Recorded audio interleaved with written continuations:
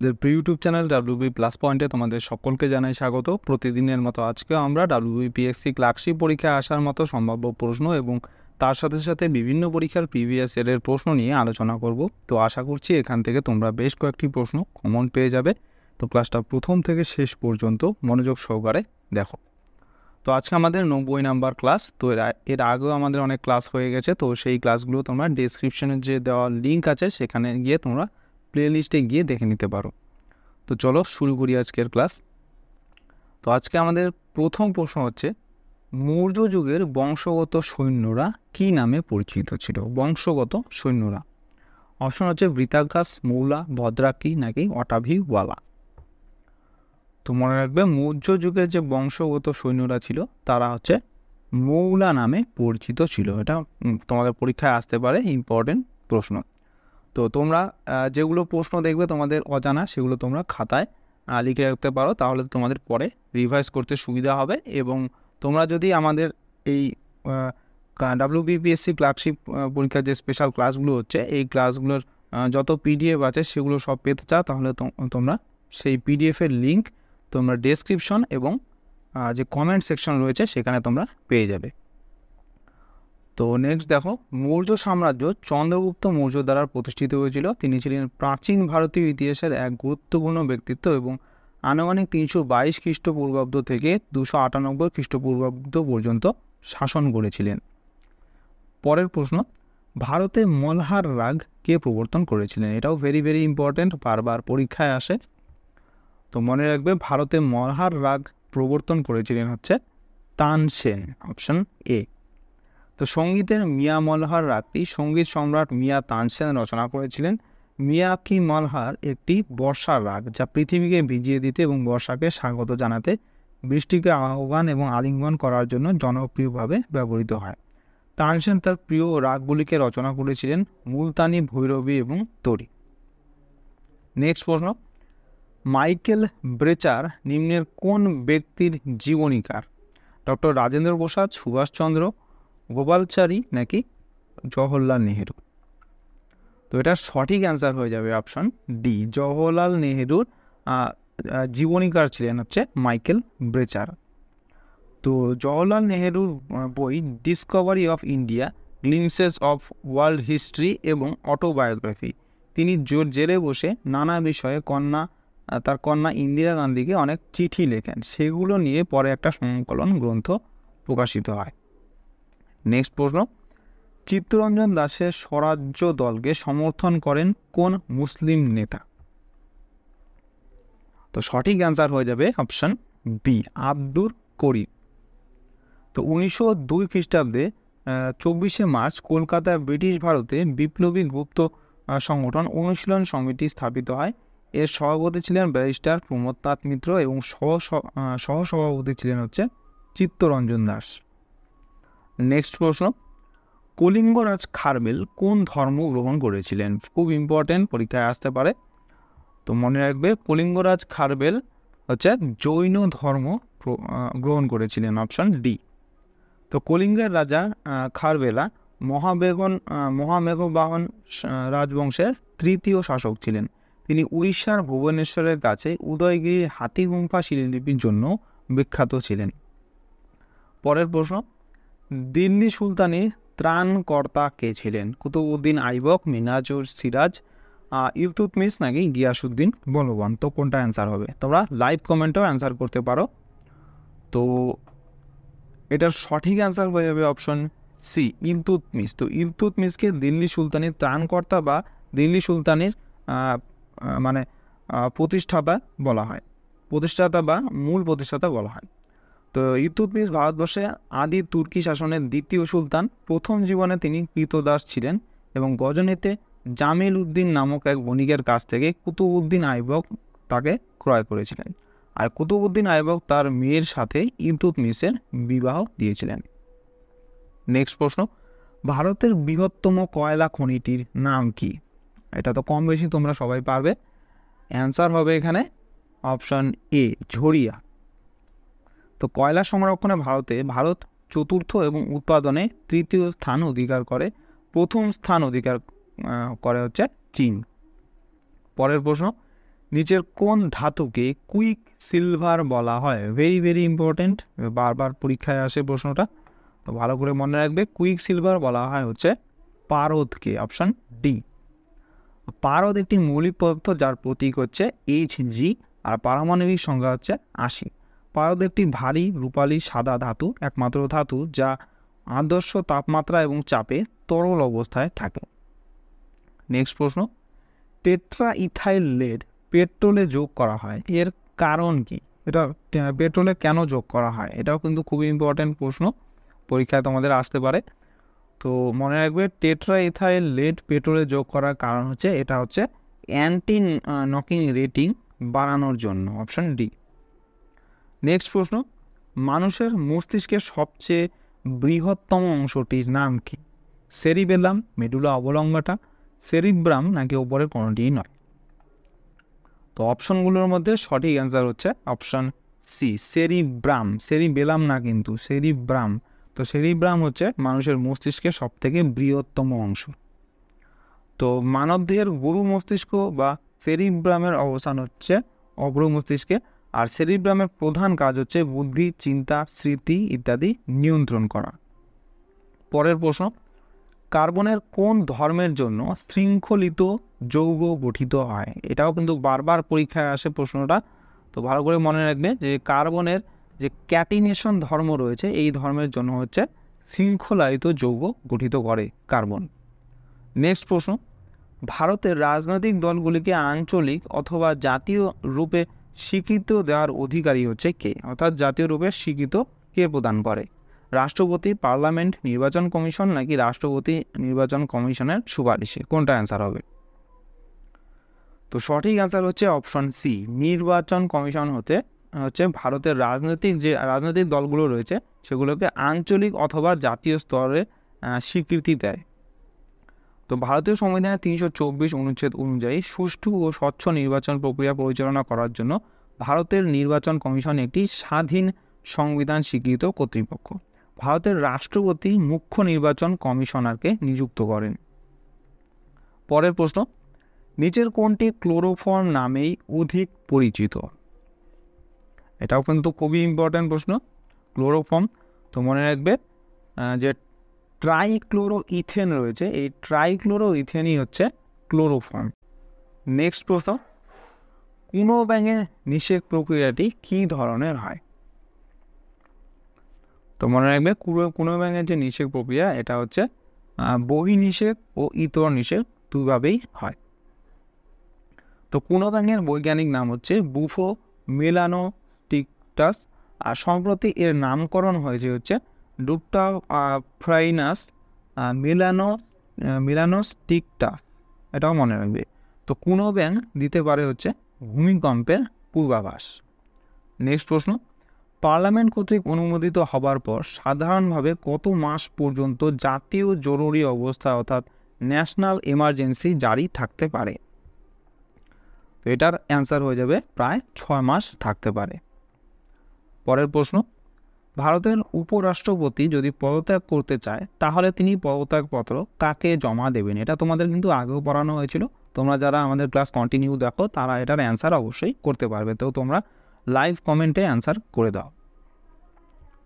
তো এটার সঠিক অ্যান্সার হয়ে যাবে এখানে অপশন এ, রাষ্ট্রপতি। তো ভারতের উপরাষ্ট্রপতি যদি পদত্যাগ করতে চায় তাহলে তিনি পদত্যাগ করতে পারবেন, তার পদত্যাগপত্র জমা দিতে পারবেন রাষ্ট্রপতির কাছে। এবং ঠিক এরই উল্টোটা হয়, যখন রাষ্ট্রপতি যদি পদত্যাগপত্র দিতে চায় তার পদত্যাগপত্র উপরাষ্ট্রপতিকে দিতে হবে। তো ভারতের প্রথম উপরাষ্ট্রপতি হন বিশিষ্ট দার্শনিক সর্বপল্লী রাধাকৃষ্ণন, আর ভারতের বর্তমান উপরাষ্ট্রপতি হচ্ছে জগদীপ ধনখড়।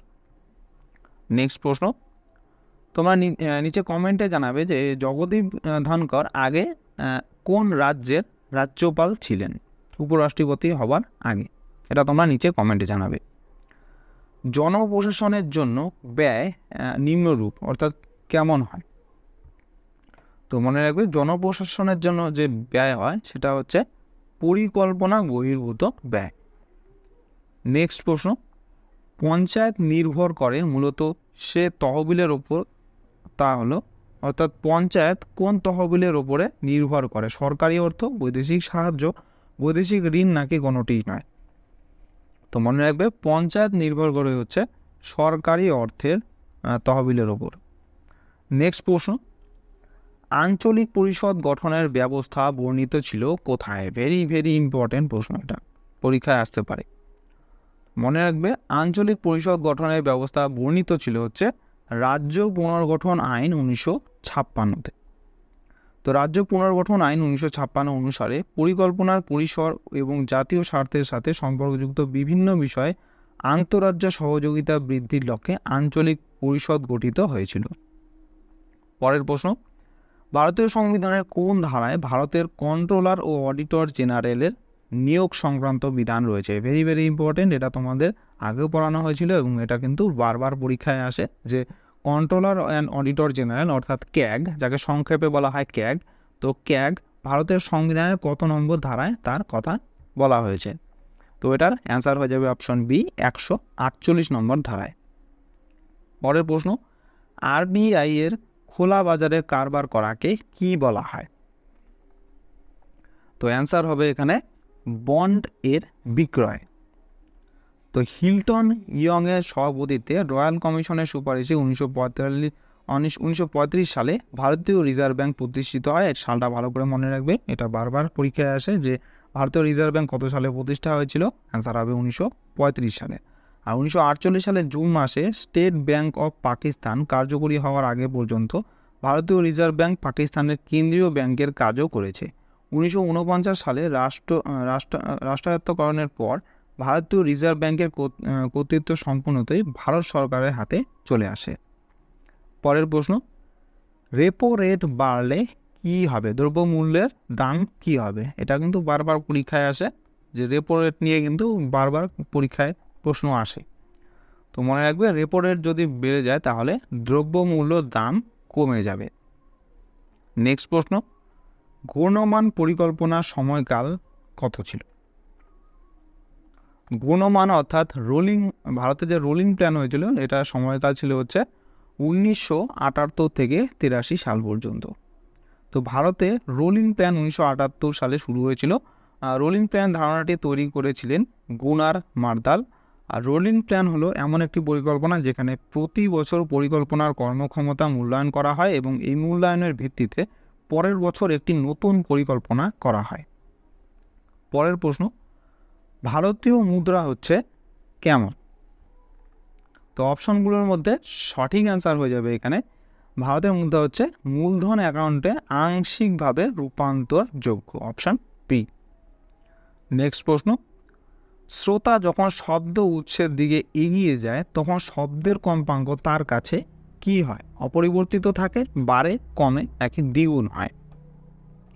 তো মনে রাখবে শ্রোতা যখন উৎসের দিকে এগিয়ে যায় অর্থাৎ যেখানে আওয়াজ হচ্ছে সেখান থেকে আস্তে আস্তে তার দিকে এগিয়ে যায় তখন শব্দের কম্পাঙ্ক হচ্ছে বেড়ে যায়, অপশন বি। নেক্সট প্রশ্ন, তোমার বন্ধুর কণ্ঠস্বর চেনা যায় কার দ্বারা? পিচ, কোয়ালিটি, প্রাবল্য নাকি বেগ দ্বারা? তো শব্দ চ্যাপ্টারে তোমরা অবশ্যই পড়েছো এই তীক্ষ্ণতা, গুণ বা জাতি, তীব্রতা, বেগ, এগুলো সবই পড়েছো। তো এখানে মনে রাখবে যে কোনো বন্ধুর কণ্ঠস্বর চেনার উপায় হচ্ছে তার পিচ বা তীক্ষ্ণতা দ্বারা, অপশন এ। নেক্সট প্রশ্ন, হিমালয় তিব্বতে কি নামে পরিচিত? এটা বারবার পরীক্ষায় আসে প্রশ্নটা, তো মনে রাখবে হিমালয় হচ্ছে তিব্বতে চোমোলাংমা নামে পরিচিত। পরের প্রশ্ন, এটাও খুব ইম্পর্টেন্ট, বারবার পরীক্ষায় আসে এটাও, যে নামদফা ন্যাশনাল পার্ক এটা কোন রাজ্যে অবস্থিত? তো মনে রাখবে নামদফা ন্যাশনাল পার্কটি হচ্ছে অরুণাচল প্রদেশ রাজ্যে অবস্থিত। তো অরুণাচল প্রদেশ হচ্ছে এর রাজধানী হচ্ছে ইটানগর। আর চীনের তিব্বতের সাথে অরুণাচল প্রদেশের 1129 কিলোমিটার দীর্ঘ আন্তর্জাতিক সীমানা আছে। আর এটি একটি রাজ্য হিসেবে স্বীকৃতি পায় হচ্ছে 20 ফেব্রুয়ারি 1987 সালে। পরের প্রশ্ন, নিচের কোনটি একটি লেগুন লেক? দিদওয়ানা, সুকনা, সম্বর নাকি পুলিগড়? লেগুন হচ্ছে লবণাক্ত জলের হ্রদ। তো অপশনগুলোর মধ্যে সঠিক অ্যান্সার হবে এখানে অপশন ডি পুলিকট হ্রদ। তো পুলিকট হ্রদ হচ্ছে একটি লেগুন লেক। আর তোমরা নিচে কমেন্টে জানাবে, তোমাদের হোমওয়ার্ক, তোমরা কমেন্টে জানাবে যে এই পুলিকট হ্রদটি এটা কোন রাজ্যে অবস্থিত। পরের প্রশ্ন, লেপচা উন্নয়ন পর্ষদ কত সালে গঠিত হয়? তো লেপচা উন্নয়ন পর্ষদ গঠিত হয়েছিল 2013 সালে। পরের প্রশ্ন, তেজপুর শহর কোন নদীর উপরে গড়ে উঠেছে? অপশন হচ্ছে ব্রহ্মপুত্র, সিন্ধু, গোমতী নাকি এদের কোনোটি। তো তেজপুর শহরটি হচ্ছে ব্রহ্মপুত্র নদীর উপরে গড়ে উঠেছে। পরের প্রশ্ন, রুবি কোন শ্রেণীর খনিজের প্রকারভেদ? অভ্র, তামা, বক্সাইট নাকি এদের কোনোটিই নয়। তো মনে রাখবে রুবি হচ্ছে বক্সাইটের শ্রেণীর একটি খনিজের প্রকারভেদ। তো রুবি বৈজ্ঞানিকভাবে কোরান্ডাম নামে পরিচিত, এটি অ্যালুমিনিয়াম অক্সাইডের একটি স্ফটিক রূপ। নেক্সট প্রশ্ন, এটাও খুব ইম্পর্টেন্ট, বারবার পরীক্ষায় আসে। তো কোন মেঘ হচ্ছে মেঘে বৃষ্টিপাত সংঘটিত হয়? কিউমুলাস, কিউমুলোনিম্বাস, নিম্বাস নাকি এদের কোনোটি নয়। তো সঠিক অ্যান্সার হচ্ছে অপশন বি, কিউমুলোনিম্বাস মেঘে হচ্ছে বৃষ্টিপাত হয়। পরের প্রশ্ন, কে এই উক্তিটি বলেছেন যে patience is bitter but it's fruit is sweet? তো মনে রাখবে এই বিখ্যাত কথাটি বলেছিলেন হচ্ছে রুশো, অপশন বি।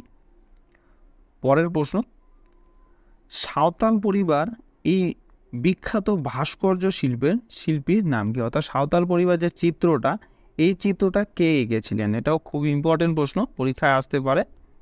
তো মনে রাখবে সাঁওতাল পরিবার এই চিত্রটা এঁকেছিলেন হচ্ছে রাম কিঙ্কর বেইজ, অপশন সি হয়ে যাবে সঠিক আনসার। নেক্সট প্রশ্ন, SO2 অর্থাৎ সালফার ডাইঅক্সাইডের দূষণে ক্ষতিগ্রস্ত হয় কোনটি? কোষ পর্দা, কোষ প্রাচীর, প্লাজমোডেজমাটা নাকি নিউক্লিয়াস? তো সালফার ডাইঅক্সাইড দূষণের ফলে কোনটি ক্ষতিগ্রস্ত হয়? তো অ্যান্সার হয়ে যাবে এখানে অপশন এ, কোষ পর্দা। পরের প্রশ্ন, কে লেডি উইথ দ্য ল্যাম্প নামে পরিচিত? এটা তো তোমরা কম বেশি সবাই পারবে। অ্যান্সার হবে এখানে সঠিক অ্যান্সার হচ্ছে অপশন ডি, ফ্লোরেন্স নাইটেঙ্গেলকে বলা হয় লেডি উইথ দ্য ল্যাম্প। তো ফ্লোরেন্স নাইটেঙ্গেল ছিলেন আধুনিক নার্সিং সেবার অগ্রদূত, একজন লেখিকা এবং পরিসংখ্যানবিদ। ফ্লোরেন্স নাইটেঙ্গেলের সবচেয়ে বিখ্যাত অবদান ছিল হচ্ছে ক্রিমিয়ার যুদ্ধে।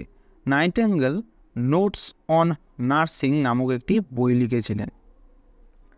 এটাও ভালো করে মনে রাখবে, নোটস অন নার্সিং এই বইটি কে লিখেছিলেন, এইটা প্রশ্ন কিন্তু পরীক্ষায় আসতে পারে। তো ভালো করে মনে রাখবে, নোটস অন নার্সিং এই বইটা লিখেছিলেন হচ্ছে ফ্লোরেন্স নাইটেঙ্গেল। নেক্সট প্রশ্ন, নিশান ই পাকিস্তান পুরস্কার কে পেয়েছিলেন? ভেরি ভেরি ইম্পর্টেন্ট প্রশ্ন, বারবার পরীক্ষায় আসে। তো মনে রাখবে নিশান ই পাকিস্তান এই পুরস্কারটি পেয়েছিলেন হচ্ছে মোরারজি দেসাই, অপশন সি। আর তোমরা নিচে কমেন্টে জানাবে এই যে এই মোরারজি দেসাই কে ছিলেন, ভারতের কোন পদে ছিলেন এই মোরারজি দেসাই, এটা তোমরা নিচে কমেন্টে জানাবে। পরের প্রশ্ন, ইন্টারপোলের সদর দপ্তর কোথায় অবস্থিত? এটাও তোমাদের কিন্তু আগেও পড়ানো হয়েছিল। তো যারা তোমরা আমাদের ক্লাস কন্টিনিউ দেখো তাহলে এটার অ্যান্সার করতে পারবে তোমরা। তো মনে রাখবে ইন্টারপোলের সদর দপ্তর হচ্ছে ফ্রান্সের লিওন শহরে অবস্থিত, অপশন বি। তো ইন্টারপোল বা ইন্টারন্যাশনাল ক্রিমিনাল পুলিশ অর্গানাইজেশন এর প্রতিষ্ঠা হয়েছিল হচ্ছে 7 সেপ্টেম্বর 1923 সালে। এটি জাতিসংঘের পর দ্বিতীয় বৃহত্তম আন্তর্জাতিক সংস্থা। পরের প্রশ্ন এবং আজকের ক্লাসের লাস্ট প্রশ্ন, মিনিস্ট্রেস অফ দ্য ইস্টার্ন সিজ নাম দেওয়া হয়েছে কাকে? ভারত, বর্মা, জাপান নাকি শ্রীলঙ্কাকে? তো মনে রাখবে ভেরি ভেরি ইম্পর্ট্যান্ট প্রশ্ন, যে মিনিস্ট্রেস অফ ইস্টার্ন সি বলা হয় হচ্ছে শ্রীলঙ্কাকে, অপশন ডি হয়ে যাবে এখানে সঠিক অ্যান্সার। তো বন্ধুরা এই ছিল আজকে আমাদের WBPSC ক্লার্কশিপের স্পেশাল জিকে ক্লাস। তো তোমাদের কেমন লাগলো অবশ্যই কমেন্ট করে জানাও, ভালো লেগে থাকলে অবশ্যই একটি লাইক করো এবং যদি চ্যানেলে নতুন হয়ে থাকো তাহলে চ্যানেলটিকে অবশ্যই সাবস্ক্রাইব করে রাখো এবং তোমাদের সাথে দেখা হবে নেক্সট ক্লাসে। ধন্যবাদ।